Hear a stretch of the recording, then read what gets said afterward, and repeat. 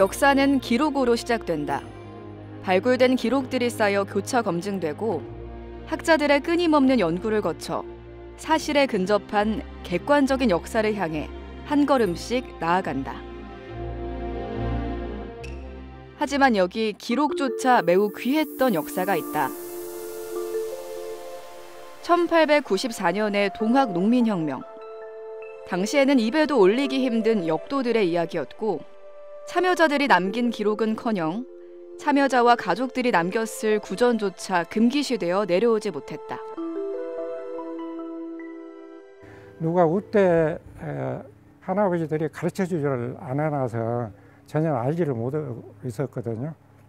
지금까지로는 최근 알기 전까지는 몰랐습니다. 우리 주변에 있는 분들도 다 모르고 지냈어요. 그런데 여기 1894년에 동학 농민혁명 참여자가 남긴 기록이 있다. 우리가 아는 동학 농민혁명, 우리가 수업 시간에 배웠던 동학 농민혁명, 그 토대를 마련해준 오지영의 동학사다. 동학 농민혁명 참여자 오지영이 집필한 동학사. 1920년대 초고본에 작성하기 시작했고 1940년에 완성된 간행본이 세상에 나왔다. 저자 오지영이 듣고 경험한 동학의 역사. 1860년의 동학 창건부터 1894년의 동학 농민혁명, 나아가 1920년대 천도교 혁신운동까지 60여 년에 이르는 방대한 기록은 지금도 많은 동학 연구의 출발점이 되고 있다.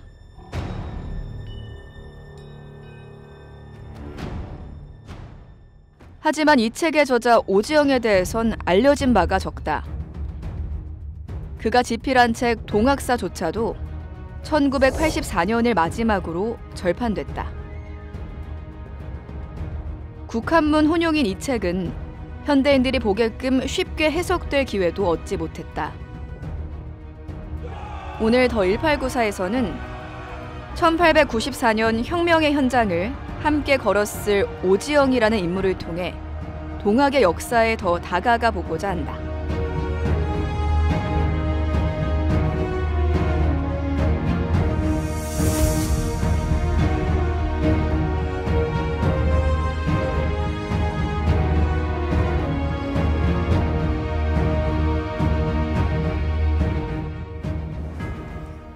제가 서 있는 이곳은 동학사의 저자 오지영이 나고 자란 전북 고창군 무장면, 옛 지명으로는 무장현의 관아가 있는 곳입니다. 혁명에 참여한 농민군이 직접 남긴 기록은 거의 드물다는 점에서 오지영의 동학사는 그 자체로 의미가 있는데요. 특히 책으로 남긴 거의 유일한 회고라는 사실이 동학사를 더욱 가치 있게 만들어줍니다. 오지영은 가보년 토지혁명의 열망을 평생에 걸쳐 시도한 인물이기도 합니다. 1868년 당시 지명 고부군 무장현에서 태어난 오지영.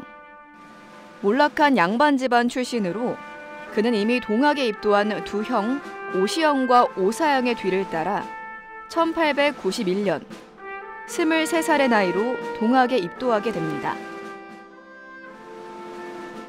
하지만 불과 1년 뒤인 1892년 오지영은 당시를 떠들썩하게 했던 한 사건에 가담해 사형 선고를 받게 되는데요.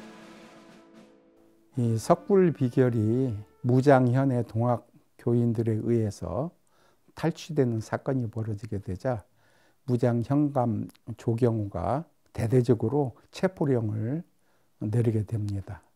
이때 주무자로 오지영이 체포되어서 감옥에 갇혔고 죽을 날만 기다리게 됩니다. 동학 농민혁명의 주요 지도자 중 한 명인 손화중의 세력이 자리 잡고 있었던 무장. 오지영은 손화중을 따라 선운사의 석불 비결을 탈취하는 사건에 가담하게 됩니다. 당시 조선이 곧 망할 것이라는 소문과 함께 미륵불 중앙 배꼽에 숨겨져 있는 비결을 꺼냈을 때 새로운 세상이 열린다는 믿음이 백성들 사이에 널리 퍼져 있었습니다. 동학사에서는 이 사건에 대해 동학을 신봉하는 무리들이 선운사에서 비결을 확보하자 정감록을 신봉하는 무리들이 동학에 적극 입도하였다. 이렇게 기술하고 있습니다. 석불 속 비결을 확보했지만 관군에 의해 체포된 오지영은 꼼짝없이 죽을 날만 기다리는 신세가 됩니다. 나라를 뒤엎는다는 비결을 탈취한다는 건 당시 조선에선 반역에 준하는 행위였기 때문입니다. 그런데 이때 오지영은 가까스로 목숨을 건지게 됩니다. 난세의 백제 백성들 사이에 광범위하게 퍼져 있던 미륵신앙. 조선말 부패한 관료들의 나라가 하루빨리 망하기를 바라는 민심에도 이 미륵신앙이 깃들었습니다. 민중을 구원할 이상세계를 만들기 위한 비결록. 그 비결록을 구하기 위해 선운사 도소람으로 향하는 동학도들의 발걸음도 동학 농민혁명의 불씨가 됩니다. 옥졸이 내가 과거에 당신과 서당에서 동문수학을 한 사람이다. 그래서 당신이 이런 위기에 처해 있는데 그냥 보고 말 수가 없어서 옥문을 열고 객사 앞에 큰 집으로 안내를 했는데 거기에 이미 많은 동학 교인들과 무장현의 아전들이 모여가지고 고생했다고 환대를 했다고 합니다. 그리고 옥으로 돌아간 지 며칠 만에 풀려나게 됩니다. 수천 명의 동학 교인들이 무장 관할을 향해서 진격해 가면서 석불 비결을 찾아왔으니 공경이 맞이하라 해서 풀려났다라는 얘기를 전해 듣게 됩니다. 목숨은 건지게 됐지만 관리들의 눈밖에나 고향에 머무를 수 없게 된 오지영은 처가가 있는 익산으로 이주하게 됩니다. 그러다 1893년 11월 15일 전라도의 고부와 전주 그리고 익산 등 각지에서 밀란이 동시에 일어나게 되는데 오지영은 이때 익산 농민항쟁의 장두, 즉 우두머리로 활동했다고 동학사에 기록합니다. 이후 그는 익산 대접주 김방서의 휘하에서 중견 간부로 활약하는데요.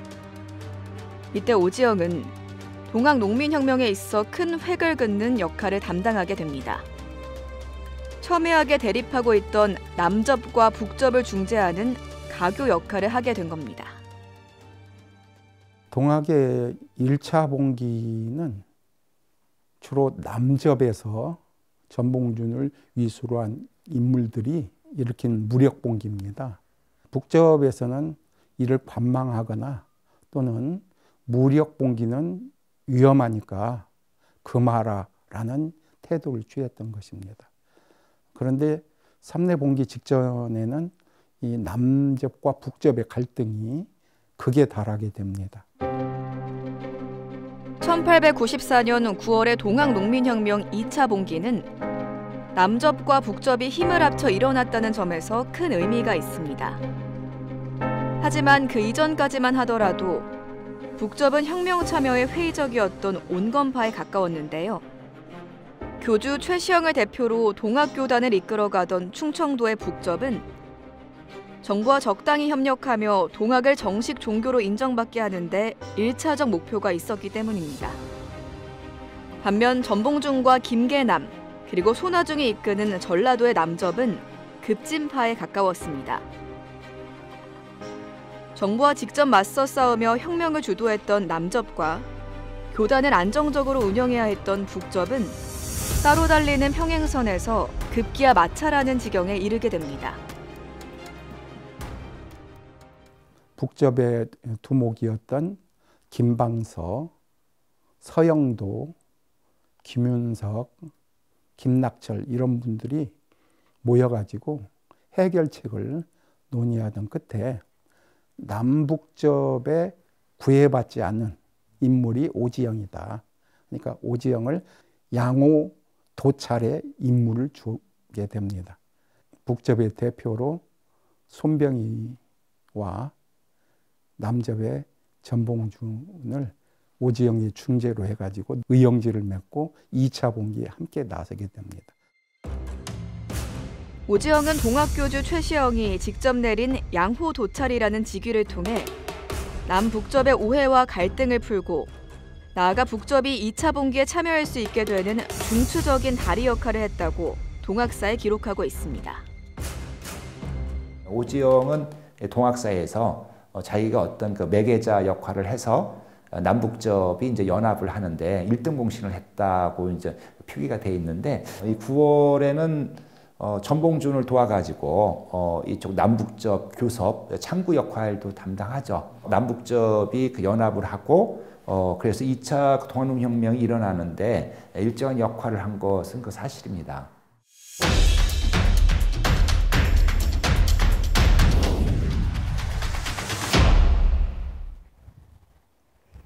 부족장과 부족민, 귀족과 평민, 양반과 상민. 출생에 따라 인간을 규정하고 속박했던 신분제는 인류 역사 내내 존재해왔습니다. 1894년의 동학농민혁명은 신분제를 부정했던 최초의 아래로부터의 혁명이었다는 점에서 의미가 깊은데요. 이 혁명에서 눈여겨볼 점은 또 있습니다.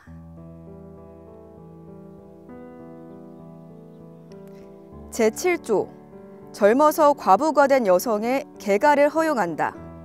제12조, 토지는 균등히 나누어 경작한다. 이 조항들은 우리가 교과서를 통해 배워온 패정개혁안에 등장하는데요. 농민군들의 염원이 담긴 이 패정개혁안은 주목받지 못했던 여성의 어려움을 해결하고자 했고, 농민의 삶을 개선시킬 실질적인 방안을 제시하고자 했습니다. 동학농민혁명 당시 농민군이 정부 측에 제시한 12가지 요구조항으로 알려진 패정개혁안. 사실 이 12개조 패정개혁안이 처음이자 유일하게 등장하는 곳은 바로 오지영의 동학사입니다. 이 조항들을 살펴보게 되면 혁명군이 패정개혁안을 통해 이루고자 했던 목표를 알 수 있는데요. 백성을 힘들게 했던 각종 세금을 없애고 백성을 수탈했던 지배층을 쫓아내고자 했고, 노비문서를 불태우고 차별을 금지함으로써 신분제를 타파하고자 했고, 또한 당시만 해도 금기시되던 과부의 재혼을 허용코자 했고, 외세에 의해 수탈당하던 조선의 현실을 개선코자 했습니다. 무엇보다 좋은 땅을 공평하게 나누어 경작할 수 있는 농민들의 유토피아를 만들고자 했습니다. 하지만 교과서에도 자주 등장했던 이 12개조 패정개혁안이 최근에는 진위 여부 논란에 시달리고 있는데요. 그 이유는 12개조 패정개혁안에 대한 내용은 오지영의 동학서에서만 찾아볼 수 있기 때문이고, 1894년 5월 4일 전주성을 함락시킨 후 지키고 있던 농민군이 전주성을 공격하는 경군에게 보낸 것으로 알려진 27개조 패정개혁안과도 내용이 다른 지점이 있기 때문입니다. 이 27개조 패정개혁안의 경우 세제 혁파, 탐관오리 축출과 처벌 등 당장 시급한 문제들을 해결하는 데 주안점이 맞춰져 있는데요. 오지영의 12개조 패정개혁안은 토지 평균 분작, 신분제 폐지 등 더 큰 틀의 문제를 해결하는 데 집중하고 있습니다. 근데 이 부분을 해석을 잘 해야 되거든요. 이제 문제는 오지영 동학서에 나오는 그 12개조 패정개혁안이 오지영이 그 창작한 것이냐. 오지영의 그 12개조 패정개혁안은 나름 타당성이 있어요. 비록 그와 같은 문건은 없을지라도 실제 당시 동학농민군이 그와 유사한 활동을 했습니다. 그러면 여기에서 이제 신분 개혁 조항을 어떻게 해석할 것이냐가 문제가 되거든요. 군국기문청에서 제일 먼저 결의한 그 조항들이 신분제 개혁입니다. 동학농민혁명 1차 봉기 이후 군국기무처의 주도로 시행된 1차 가보개혁. 그 주요 조항으론 문벌과 양반, 상민 등의 계급을 타파할 것, 과부의 재우는 귀천을 따지지 않고 자유에 맡길 것, 각 도의 각종 조세는 화폐로 납부하도록 할 것, 신분제 폐지와 과부의 재혼 허용, 세금 제도의 법제화에 대한 내용이 담겨 있습니다. 오지영의 12개조 패정개혁안에 담겼던 핵심 내용들이 적극 반영된 흔적을 찾아볼 수 있습니다. 신분제 혁파에 대한 그 군국기무처 의안은 정부에서도 전국에 그 대자보를 붙여가지고 모르는 사람이 없도록 하라고 할 정도로 대대적으로 그 동학농민군을 그 해산시키는 선모 공작용으로 또 그 활용을 했습니다. 따라 정부에서도 신분제를 혁파했으니까 동학농민군은 합법적으로 신분 해방 투쟁을 할 수가 있는 것이죠. 엄청난 시너지 효과가 있는 거예요. 그래서 당시 동학농민군의 어떤 그 신분 해방 움직임을 그 보면은 오지영 동학서에 나오는 그 패정개혁안 12개 조항의 그 신분 조항과 일치되는 측면이 상당히 많이 있습니다. 토지 평균 분작 같은 경우에도 역토나 둔토 같은 경우에는 소작 농민들이 끊임없이 주장했던 내용이 평균 분작이었습니다.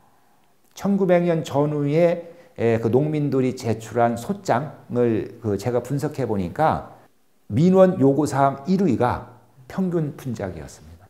평균 분작이라는 그 용어가 충분히 적용 가능한 주장이었습니다.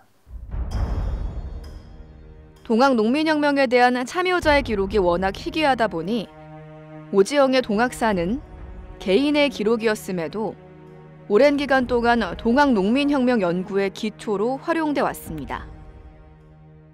그래서 1990년대까지 그 연구가 철저히 오지영의 동학사를 기반으로 해서 연구를 했거든요. 그 결과 1990년대 초까지 모든 연구가 전봉준 중심이야, 전라도 중심이었어요. 그래서 그 뿌리 역할을 하는 것이 오지영의 동학사예요. 오지영은 1920년대 동학사의 초고본을 작성하는데 1940년 간행본을 발간하기 전 직접 현장 답사도 다니고 역사적 사료들을 검토하며 교차 검증을 진행했습니다. 하지만 1940년 첫 간행본이 출판될 당시 동학사를 설명하는 첫 줄에 있는 문구가 현대에 와서 논란이 되는데요. 글자 그대로 작은 글, 즉 겸손의 의미로 쓰여진 글이다, 이런 뜻으로 받아들이고 있습니다. 특히나 오지영이 동학농민혁명 당시에 농민군으로 참여를 직접 했고 일제 시기에는 그 천도교 혁신운동을 전개했고 만주로 건너가서 이주해서 독립운동을 했던 그런 경력 등으로 봐서 오지영의 이 글 내용 또한 여느 역사서와 다를 바 없는 내용으로 구성되어 있기 때문에 간행 시기가 1940년이잖아요. 엄청난 그 언론 검열이 있었던 시기입니다. 이걸 그대로 만약에 출간하게 되면 간행을 못하기 때문에 그냥 그 역사 소설이라는 어떤 그 표지를 한 것 같아요. 그건 일종의 이제 간행을 위한 위장수이라고 봐도 과언이 아닙니다. 그렇다면 오지영은 왜 동학사라는 책을 집필했을까요? 그 이유를 알기 위해서는 동학농민혁명 이후 오지영의 행보를 들여다볼 필요가 있습니다. 동학농민혁명이 실패한 뒤 오지영은 관군과 일본군을 피해 양주에 위치한 묘저감으로 피신하게 됩니다. 오랜 피신 기간과 은둔 생활 끝에 1911년 43살의 오지영은 동학의 후신인 천도교 교단에서 중앙 간부로 활동하게 됩니다. 그리고 약 10년 뒤 50대에 접어든 오지영은 인생과 뜻을 함께할 동반자를 만나게 되는데 그는 바로 전 동학교주 최시영의 큰아들 소수 최동희입니다. 일본 와세다 대학 정경학부를 졸업한 당대 엘리트 최동희는 많은 선택지가 있었음에도 아버지를 따라 동학교단에 몸을 담게 되는데요. 그는 삼촌이었던 당시 천도교 교주 손병희와 대일투쟁 노선을 두고 대립했었습니다. 일본의 무장투쟁으로 맞서야 한다고 생각했던 최동희는 이후 천도교 혁신운동을 주도하게 되는데요. 그 와중에 이 뜻을 열렬하게 지지했던 이가 있었으니 그가 바로 오지영입니다. 천도교가 여러 갈래로 이제 분파가 되기 시작하고 그런 속에서 오지영은 최시영의 아들 최동희하고 같이 천도교가 이대로 가서는 안 된다 해서 혁신을 해야 된다. 천도교 혁신연합회를 만들어서 혁신을 주장하게 됩니다. 그러나 그 반영이 되지 않게 되고 그런 속에서 만주로 이주를 하게 돼요. 그래서 만주에 이주하는 과정에서 바로 이 동학사 초고본을 쓰게 된 거예요. 천도교 교단의 혁신이 뜻대로 되지 않고 되려 교단의 중심부에서 밀려나게 되자 오지영과 최동희는 만주로 이주하게 됩니다. 그들은 만주에서 천도교를 민주적 대중조직으로 개편한 뒤 이를 통해 항일투쟁을 이어가려고 했습니다. 그 와중에 오지영은 만주에서 조선인 자치촌을 건설하는 임무를 맡았는데요. 1926년 그는 익산의 천도교 연합회원 230명을 길림으로 이주시켜 농장을 건설했고 그곳에서 모두가 공동경작을 하는 공간을 만들었습니다. 바로 패정개혁안 속에 담긴 평균 분작을 직접 실행한 겁니다. 만주의 벌판에서 공동경작을 이끌어가던 오지영은 이때 드디어 총 4권으로 이루어져 있는 동학사의 초고본을 작성하게 됩니다. 그래서 당시에 오지영뿐만 아니라 당시 농민들의 어떤 꿈, 농민들의 어떤 그 유토피아적인 그 움직임이 활발하게 일어났던 것 같아요. 조선시대 내내 약간 그 진보적인 그 인사들 같은 경우에는 끊임없이 토지 국유제라든가 토지 균전제라든가 토지 그 정전제를 주장을 하잖아요. 그것이 이제 근대적인 형태로 나타나는 것이 이제 그런 그 집단적인 그 협동 농장이 아니었을까 생각이 됩니다. 하지만 곧바로 시련이 닥칩니다. 1926년 말 최동희가 이끌던 고려혁명당 주요 간부 15명이 구속되고 설상가상으로 다음 해인 1927년 오지영과 뜻을 함께했던 최동희는 폐병으로 사망하게 됩니다. 농민들이 꿈꾸던 유토피아. 오지영은 그 공간을 건설하기 위해 끝까지 고군분투했지만 꿈을 이루지 못한 채 결국 1936년 10월 귀국하게 됩니다. 서울로 와가지고 보니까 이도나에 천도교 창건사도 나오고 시청교 쪽에서 시청교 종역사라는 책이 나오고 그러면서 동학들을 다루긴 했는데 왜곡되게 다루거나 소략하게 이렇게 다루는 감이 있어서 이거 안 되겠다. 다시 재정리를 해야 되겠다 해서 그때부터 사료인 승정원 일기나 일성록 같은 그런 사료들을 섭렵하고 3년간 답사를 다니고 그래서 1940년에 영창서관에서 이제 간행본으로 나올 수 있게 된 거죠. 1940년 드디어 동학사의 첫 간행본이 세상의 모습을 드러내게 됩니다. 그 책에는 평생을 동학교단과 혁명에 몸을 바쳤던 자기 경험과 이루지 못한 꿈에 대한 염원이 실려 있었습니다. 오지영은 여기서 포기하지 않았습니다. 광복 직후인 1946년 82을 앞둔 78살의 노인이었던 오지영은 당시에 치열한 이념 대립만큼이나 갈라진 천도교 교단의 재통합에 몸을 던지게 됩니다. 하지만 그는 통합을 주도하는 주류에 속하지는 못합니다. 그렇게 그는 파란만장한 삶을 뒤로하고 1950년 눈을 감습니다.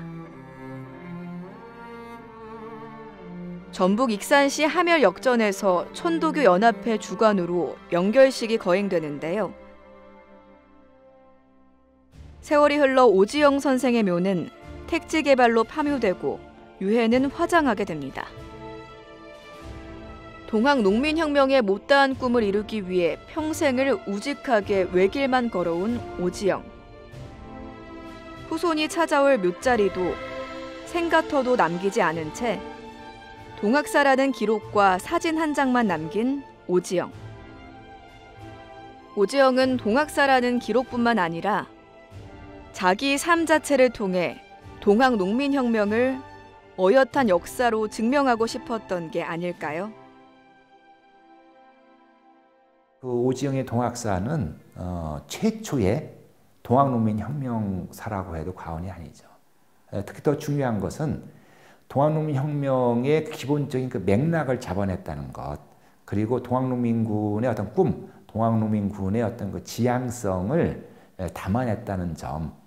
그래서 오지영의 동학사가 그 이후 동학농민혁명 연구의 하나의 시금석, 하나의 어떤 주춧돌을 그 놓아준 책이기 때문에 대단히 그 중요한 그 기록물이라고 할 수가 있습니다.